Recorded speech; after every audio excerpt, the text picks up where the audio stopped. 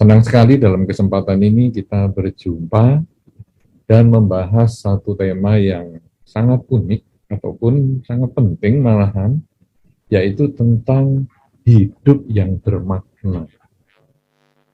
Karena kadang-kadang kita tahu hidup, saat ini kita hidup kita tahu.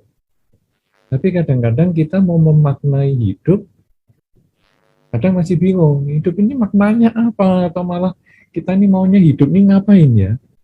Nah, jadi tema kita pada kesempatan ini sangat bagus sekali, sehingga nanti diharapkan setelah ada pembabaran ataupun ada penjelasan, diharapkan ada pertanyaan-pertanyaan yang luar biasa, mungkin juga nanti akan Romo Afan yang memancing pertanyaan yang luar biasa, karena Romo Afan ini memang termasuk salah satu yang kreatif untuk membuat pertanyaan-pertanyaan.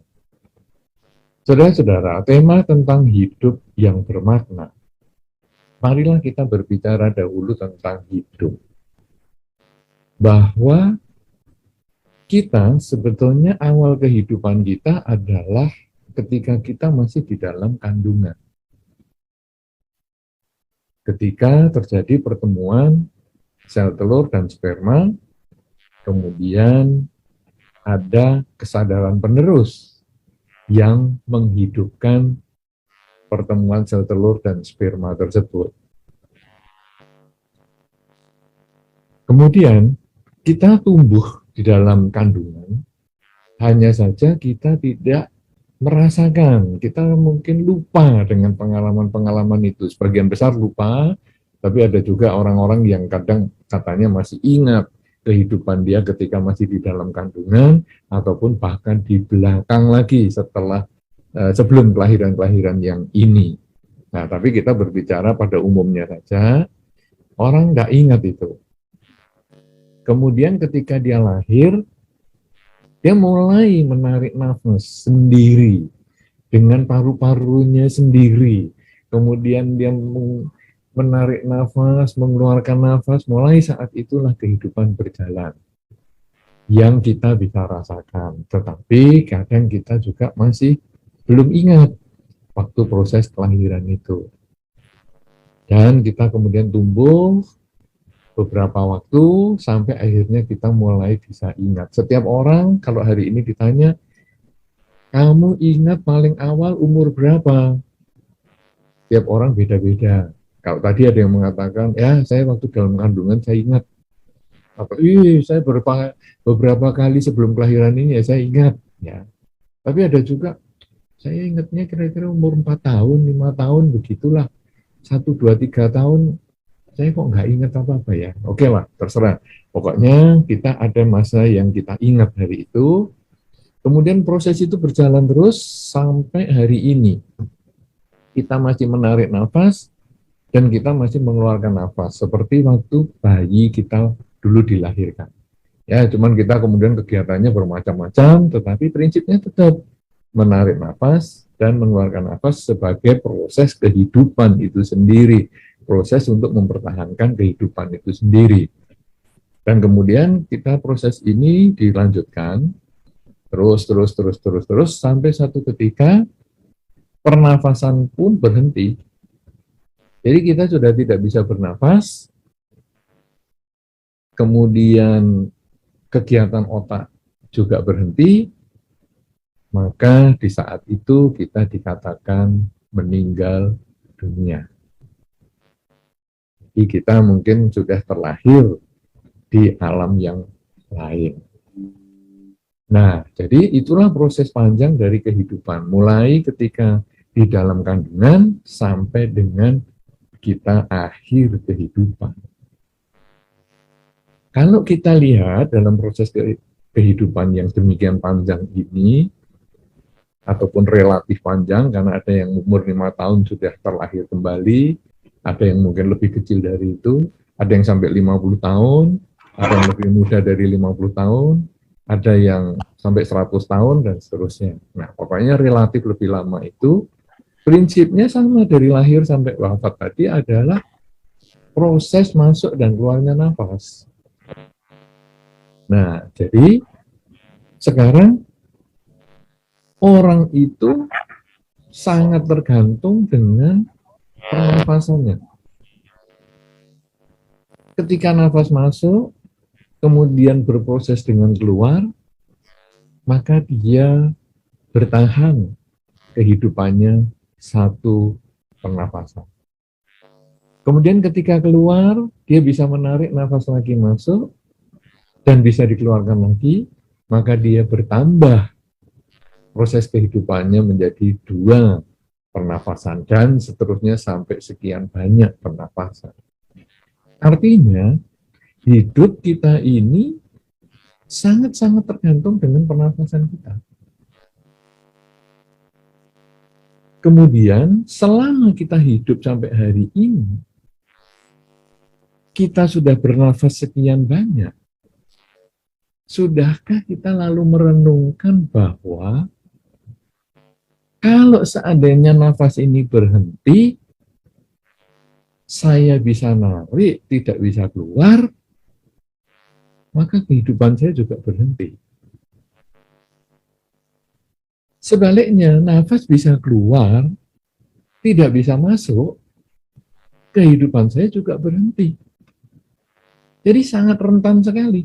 Masalah nanti pikiran itu bisa ada gelombang, energinya untuk bisa diukur atau apa, kita rata-rata enggak tahu itu, kecuali kalau dengan menggunakan peralatan medis. Tapi pernafasan itu jelas. Nafas bisa masuk, nggak bisa keluar, matilah kita. Nafas bisa keluar, nggak bisa masuk, matilah kita. Jadi pernafasan kita ini menjadi salah satu tanda kehidupan.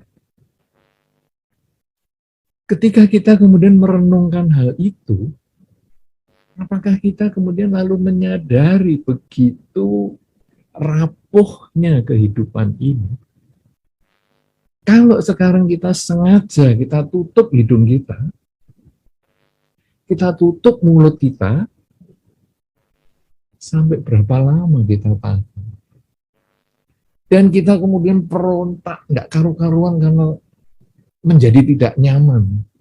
Sangat-sangat kita tergantung pada oksigen, dan begitu tutup ini kita buka, kita narik nafas dengan kencang sekali. Dengan lega banget.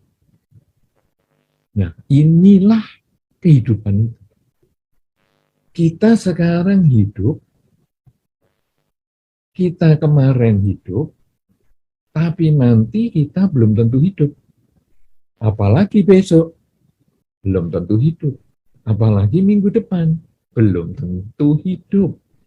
Bisa hidup minggu depan, bisa juga kita sudah tidak hidup.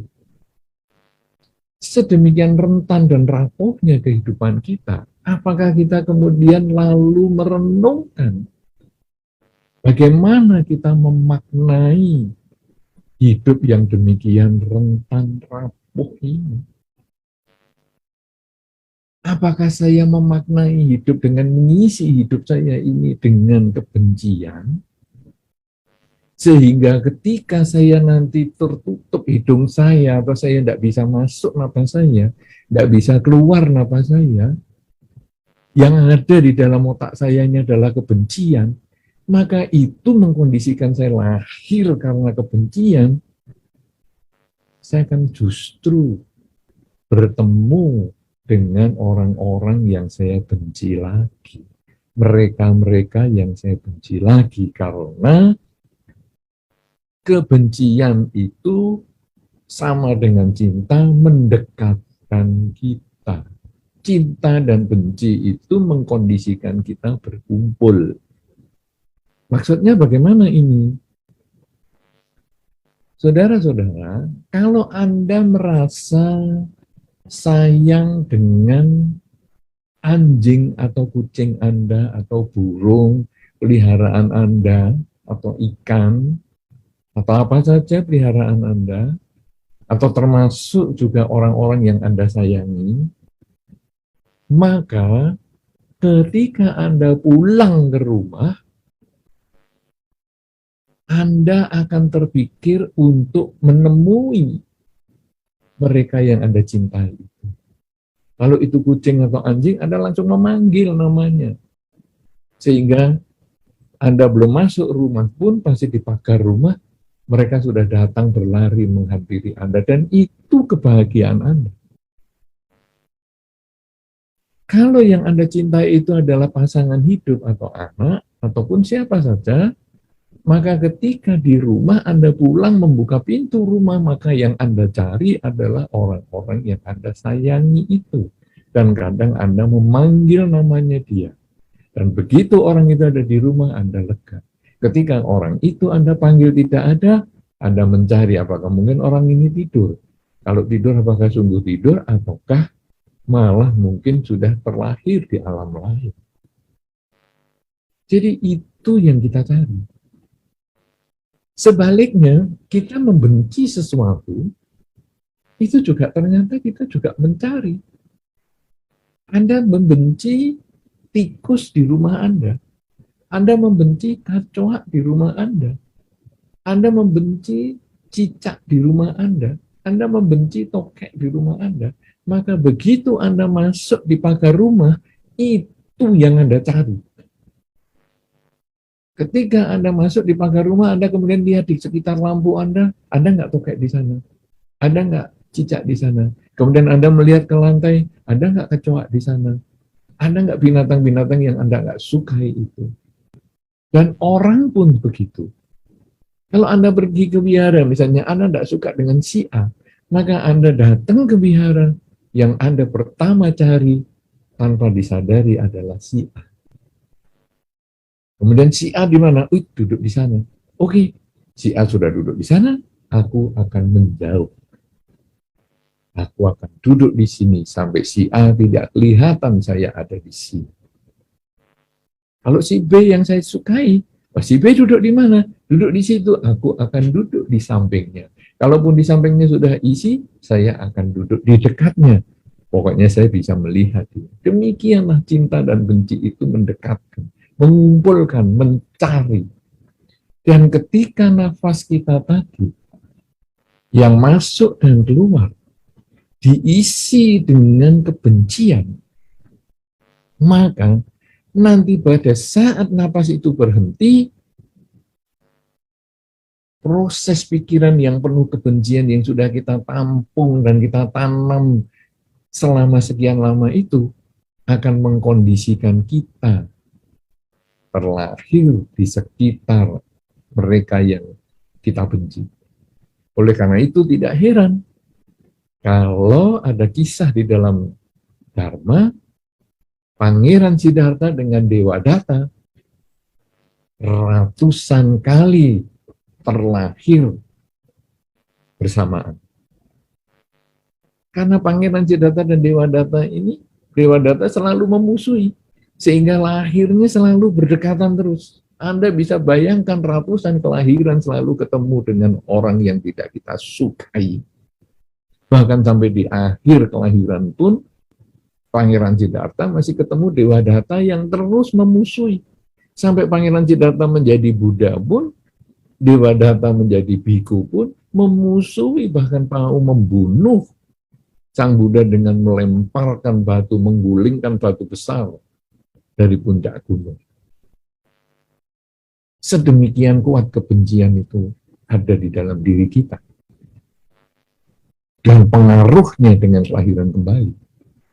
Sebaliknya, cinta Pangeran Siddhartha dengan Yasodhara mengkondisikan beliau berdua ini juga selalu lahir berbarengan ratusan kali. Itu yang tercatat. Yang tidak tercatat mungkin jauh lebih banyak lagi. Dan selalu menjadi pasangan hidup.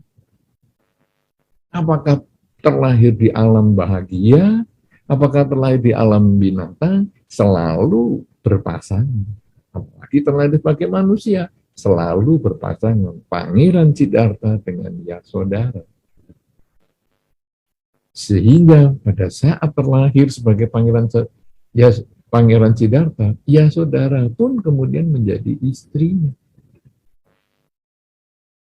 Sampai akhirnya Pangeran Siddhartha menjadi Buddha. Yasodhara pun menjadi bikuni.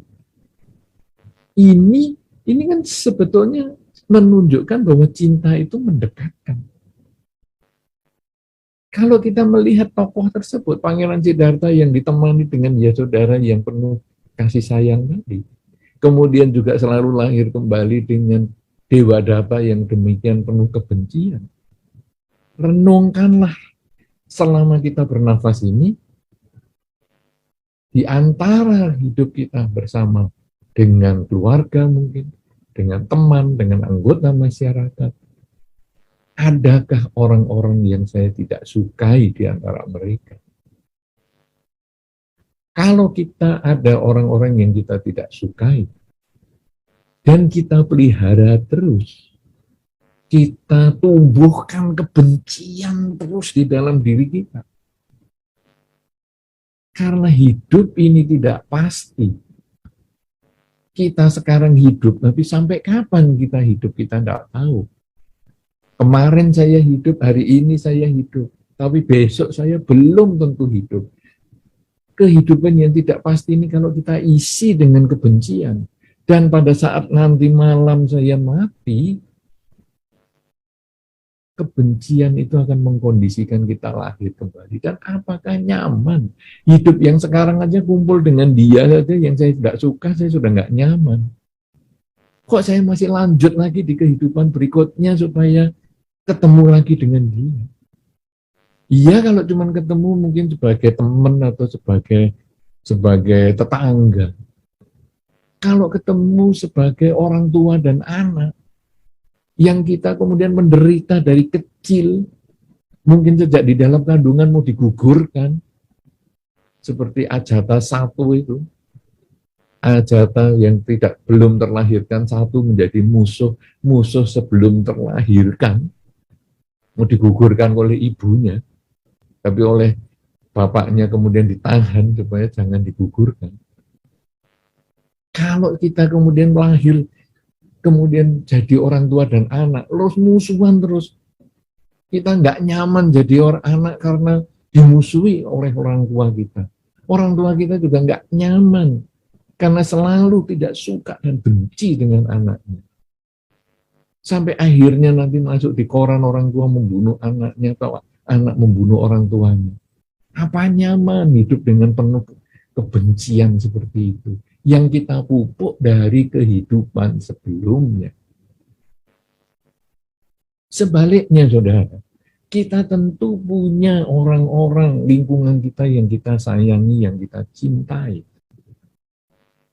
Kalau kita ketemu orang-orang yang kita sayangi dan kita cintai, ayo dipupuk di dalam pikiran kita. Pengembangan kasih sayang kepada mereka. Sehingga kemarin saya hidup, saya penuh cinta kasih dengan mereka. Hari ini saya masih hidup, saya juga masih penuh cinta kasih dengan mereka. Besok saya belum tentu hidup, tapi malam ini ketika saya meninggal, saya penuh cinta kasih dengan mereka. Maka saya nanti terkondisi untuk ketemu kembali di kelahiran yang berikut itu dengan orang yang saya cintai dan sayangi ini. Seperti Pangeran Siddhartha dengan Yasodhara yang ratusan kali kelahiran, selalu suami istri. Kalaupun tidak suami istri, menjadi orang tua dan anak yang harmonis di dalam rumah tangga. Anak merasa nyaman dengan orang tuanya. Orang tua merasa happy dengan anaknya. Menjadi rumah tangga yang harmonis dan bahagia. Kalaupun menjadi pertemanan, kita senang berteman dengan dia yang menimbulkan kedamaian untuk kita. Dia juga senang berkumpul dengan kita karena menimbulkan kebahagiaan untuk kita. Kalaupun menjadi pasangan hidup, suami menjadi bahagia selalu bertemu dengan istrinya, mulai sejak pacaran, menikah sampai akhir kehidupan. Istri pun juga demikian, sejak pacaran, menikah sampai akhir kehidupan, selalu nyaman, tidak pernah tegang dengan suami. Kalau kehidupan seperti ini, bukankah hidup ini menjadi nyaman, tenang, damai, dan kita merasa walaupun usia saya 100 tahun, saya masih kurang untuk berkumpul terus dengan yang saya cintai dan saya sayangi itu. Tapi kalau hidup kita penuh dengan kebencian, orang tua memusuhi kita atau kita memusuhi anak, kemudian teman juga kita nggak suka ketemu dengan teman, baik di wihara maupun di pergaulan di masyarakat, di tempat kerja. Kita jadi nggak nyaman, kemana-mana lewat rumahnya musuh saya, lewat kemana-mana ketemu dengan musuh saya. Kita nggak nyaman hidup, dan rasanya kok si A nggak mati-mati ya musuh saya ini. Si B itu kok nggak mati-mati ya. Sebaliknya dia pun juga berpikir begitu. Kamu kok ya nggak mati-mati. Karena kita merasa, aduh, kok nggak nyaman banget. Berapa kali kita memasukkan di dalam pikiran kita, kenapa orang jahat umurnya panjang-panjang? Kita kemudian menganggap bahwa, kenapa sih dia itu kok masih hidup aja? Kita nggak sabar melihat dia mati, karena kita nggak suka dengan dia. Sebaliknya, berapa banyak di antara kita yang suka mengatakan, aduh, orang baik kok umurnya pendek ya. Kenapa bisa seperti itu? Karena kita masih pengen kumpul dengan dia. Kita masih sayang dengan dia. Demikian luar biasa pikiran cinta kasih itu. Demikian luar biasa pikiran penuh kebencian itu. Orang yang penuh cinta kasih cara berpikirnya, hidup ini menjadi enak dan bermakna. Tapi ketika kita penuh kebencian, hidup ini menjadi menjengkelkan dan rasanya gak sabar kita untuk menunggu salah satu meninggal. Saudara-saudara, kita tentu kepingin hidup yang bermakna. Kita kepingin hidup yang tenang dan nyaman. Kita kepingin hidup yang bahagia. Oleh karena itu, saudara-saudara, jika muncul pikiran penuh kebencian, coba disadari, hidup kita ini tidak lama. Kenapa saya harus mengisi pikiran saya dengan kebencian? Lebih baik hidup yang tidak lama ini saya isi dengan kebaikan. Sadari pikiran yang muncul yang negatif itu. Kemudian gantikan dengan kalimat semoga semua makhluk berbahagia. Sewaktu tadi kita berlatih meditasi bersama yang dipimpin oleh Romo Afan, sudah diajarkan bagaimana kita mengulang kalimat semoga semua makhluk bahagia. Jangan hanya dalam waktu kita berlatih meditasi saja kita mengulang kalimat semoga semua makhluk berbahagia. Tapi kita hendaknya setiap kali muncul pikiran negatif, entah itu kepada orang tua kita, anak kita, pasangan hidup kita, tetangga kita, teman kita, bahkan kepada binatang sekalipun. Cobalah kita ganti pikiran yang buruk itu dengan kalimat semoga semua makhluk berbahagia. Jangan sampai keluar ucapan yang jelek dari pikiran negatif. Misalnya ucapan jelek, kok dia nggak mati-mati sih? Orang jahat kok umurnya panjang sih? Itu sebetulnya sudah pikiran jelek.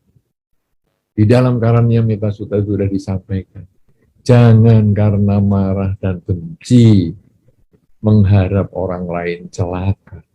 Saya nggak suka sama si A, kok nggak mati-mati sih? Kok hidupnya masih sukses sih?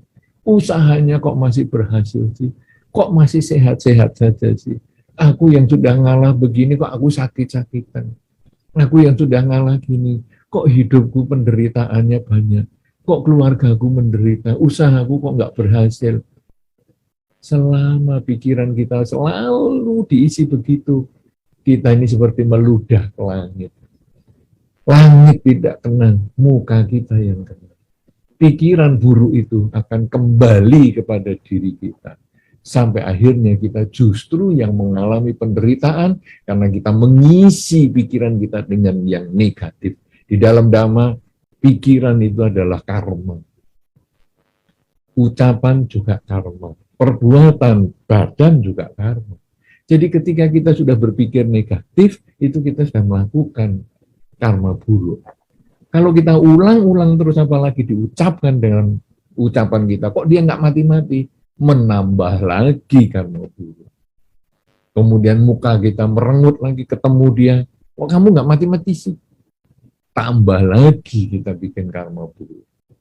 Kalau sudah begitu, kita kok mengharap hidup bahagia? Karena diri kita bahagia atau menderita kan hasil sesuai tanaman kita. Kita nanam yang jelek-jelek dengan pikiran, nanam jelek dengan ucapan dan perilaku, kok mengharap yang baik? Kok mengharap bahagia? Kalau kita ingin bahagia, mulailah pikiran yang buruk itu, perbaiki. Begitu muncul pikiran buruk, semoga semua makhluk bahagia. Terlanjur mengucapkan kalimat yang buruk, rem, berhenti. Kemudian ganti kalimat, semoga semua makhluk bahagia. Terlanjur mau berbuat yang buruk, berhenti. Ucapkan dalam batin atau sampaikan dengan ucapan, semoga semua makhluk bahagia. Dengan cara seperti ini, sedikit demi sedikit, kita menanam pikiran baik. Kita menanam, membiasakan ucapan baik. Kita membiasakan perbuatan yang baik. Dengan melakukan kebajikan seperti ini, hidup di dunia saat ini pun kita bisa merasakan bahagia. Kalau pikiran kebiasaan yang baik ini kita bawa sampai akhir kehidupan, maka kebajikan yang sudah terkumpul ini akan terkondisi untuk kita terlahir di alam yang lebih baik. Sehingga nanti kita mungkin lahir di keluarga yang nyaman, orang tua yang baik, situasi masyarakat yang tentram, damai, suasana kerja yang enak, kesehatan yang bagus, pertemanan yang menyenangkan. Dari mana itu? Ya dari pikiran kita, ucapan kita, dan perbuatan kita sendiri saat ini. Oleh karena itu, saudara-saudara, kita harus mulai membiasakan untuk berpikir, berbicara, dan berbuat baik, agar kita membangun kehidupan yang bermakna, yang baik. Menjalankan dharma ini, kita cukup dengan memperbaiki pikiran, ucapan, dan perilaku. Karena inilah sarana kita melakukan sesuatu yang baik ataupun yang buruk. Sarana ini tergantung kita. Namanya juga sarana. Sama dengan pisau.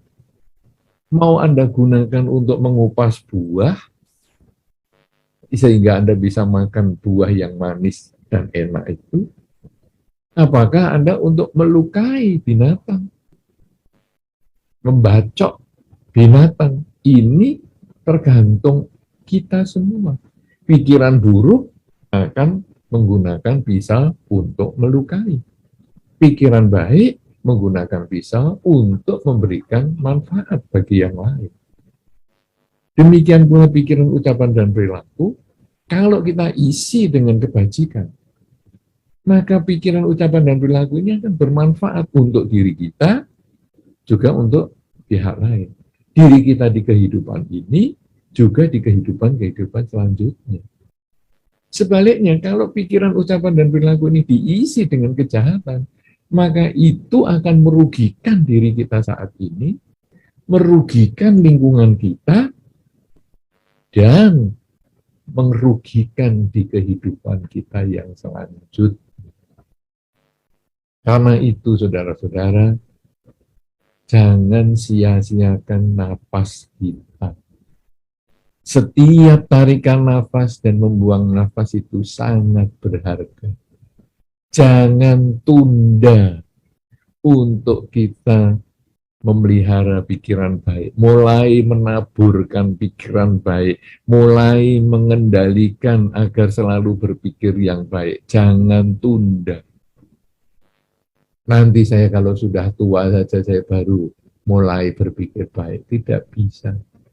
Karena saya saat ini saya masih dagang, saya masih suka benci sama si ayah. Sudahlah, saya pelihara kebencian saya sampai saya tua. Ya kalau kita sampai tua. Tapi kalau umur kita tinggal 2 hari, kebencian kita itulah yang akan mengkondisikan kita terlahir di alam menderita, bahkan akan berkumpul dengan dia. Kalau dia masih muda dan itu musuh kita terlahir, terkondisi lahir jadi anaknya dia, menjadi anak yang tidak disukai oleh dia. Apa hidup kita lebih menderita jadinya daripada saat ini? Tapi kalau kita mengembangkan cinta kasih, hidup ini menjadi nyaman. Nah, saudara-saudara, jadi tindakan kita untuk mengisi kehidupan ini agar lebih bermakna, nomor satu adalah kita mengembangkan pikiran positif atau cinta kasih. Jadi semua pikiran negatif ganti dengan kalimat semoga semua makhluk bahagia, supaya ucapan kita menjadi baik, perilaku kita menjadi baik. Hari-hari pertama, bulan-bulan pertama, tahun-tahun pertama memang sulit. Tapi terus kita berlatih, maka satu saat nanti Anda akan berpikir, kok aku sudah tidak pernah berpikir jelek lagi? Kapan ya? Aku berpikir ngomong jelek kapan ya? Anda sudah tidak ingat lagi, karena sudah terlalu lama Anda meninggalkan kebiasaan buruk Anda. Berpikir positif. Tetapi kalau mau lebih bermakna lagi, sampai akhirnya hidup ini menjadi hidup yang terakhir, yang kita tidak terlahir kembali, maka kita kemudian menyadari bahwa hidup adalah saat ini. Ketika nafas masuk, kita tahu. Ketika nafas keluar, kita tahu.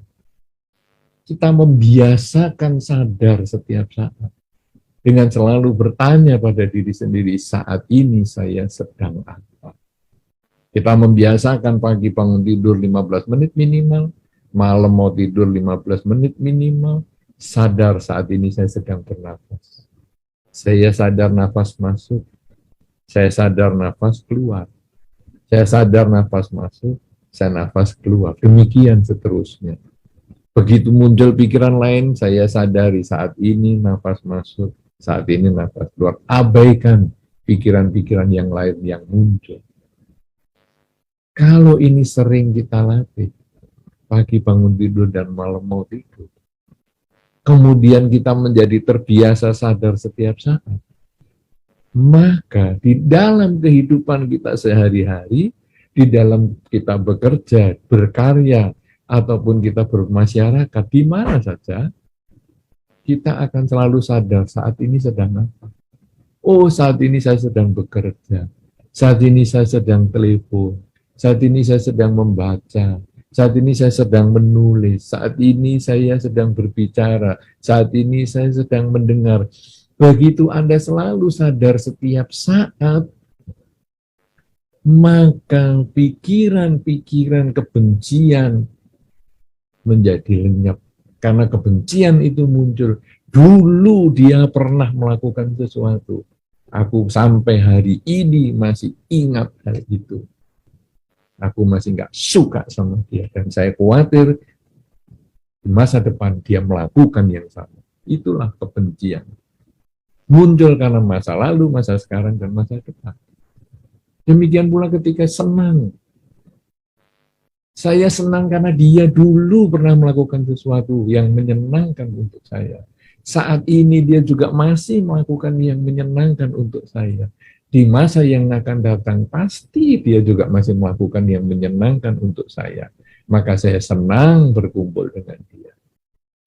Pikiran senang itu pun karena kita mengingat masa lalu, sekarang dan yang akan datang. Tetapi ketika kita selalu sadar setiap saat, maka masa lalu hanyalah kenangan yang kita bisa jadikan pelajaran. Yang baik kita jadikan pelajaran untuk kita tingkatkan saat ini memperbaiki masa depan. Yang buruk kita jadikan pelajaran untuk kita perbaiki saat ini membangun masa depan. Jadi saat ini menjadi sangat penting. Sehingga ketika kematian datang saat ini pun, saya sudah tidak pernah menyesal karena saya merasa saya sudah melakukan yang terbaik dengan pikiran, dengan ucapan, dan perilaku. Karena saya tidak pernah menyesal, tidak pernah melekat dengan masa lalu, karena itu hanya sejarah yang menjadi pelajaran, Saya juga tidak perlu melekat dengan masa depan karena itu masih impian, tetapi juga harus dimulai dengan usaha nyata saat ini. Maka ketika kematian ini pun datang, saya juga selalu sadar saat ini nafas saya bisa masuk, nafas saya saat ini keluar, dan sudah tidak masuk kembali. Kesadaran seperti itu menjadi akhir dari kehidupan, bahkan akhir dari rangkaian kelahiran kembali, sehingga kita menjadi tidak terlahirkan kembali. Kelahiran kita sekarang setelah belajar dan melaksanakan Dharma ini menjadi kelahiran yang terakhir. Sedemikian kuat makna kehidupan kita kalau kita menyadari proses masuk dan keluarnya pernapasan kita. Hanya kita tahu napas masuk dan keluar, yang kita tahu sejak bayi sampai akhir kehidupan kita, kemudian mendorong kita untuk selalu merenungkan bahwa hidup saya sangat tergantung pada tarikan nafas saya masuk dan keluar. Karena itu saya harus mengisi hidup saya ini dengan maksimal, jangan menyia-nyiakan dengan pikiran negatif, tetapi saya harus mengganti dengan pikiran yang positif. Begitu pikiran negatif saya ucapkan semoga semua makhluk bahagia, abaikan pikiran negatif, tetapi akan lebih luar biasa lagi ketika kita sadar setiap saat, begitu pikiran yang muncul tentang masa lalu, saya sadari itu, dan saya kembalikan saat ini saya sedang apa. Dan itu menjadi berhentinya kelahiran kembali. Kalau kita bisa selalu berlatih dengan dua hal ini, yang pertama adalah tahap mengganti pikiran negatif menjadi positif, semoga semua makhluk bahagia, atau sadar setiap saat, ini level yang selanjutnya, maka hidup kita menjadi bermakna. Hidup yang bermakna karena kita menjalankan Dharma dengan menjadikan diri kita ini, kehidupan kita setiap saat sebagai latihan, praktek Dharma. Semoga dengan upaya baik kita ini, mulai sekarang sampai akhir kehidupan kita yang kita tidak tahu, bisa 1 menit lagi, 2 menit lagi, bisa 5 jam lagi, bisa 5 tahun lagi, bisa 50 tahun lagi, kita tidak tahu, tapi mulailah sadari nafas Anda saat ini, mulailah sadari pikiran Anda saat ini, karena apa yang Anda pikirkan yang baik saat ini, apa yang Anda ucapkan yang baik saat ini, kebaikan apapun yang Anda perbuat saat ini, itulah yang akan membangun hidup Anda di dunia bahagia, kelahiran setelah ini pun berbahagia. Bahkan membangun kehidupan Anda di dunia bahagia, juga mengkondisikan kelahiran ini menjadi kelahiran yang terakhir. Semoga Anda semua berbahagia, menyadari hidup yang bermakna di dalam penghayatan sebulan pendalaman Dhamma. Semoga mendorong Anda untuk selalu bersemangat di dalam mengamati pikiran Anda, ucapan Anda, dan perilaku Anda agar selalu selaras di dalam Dharma. Terima kasih.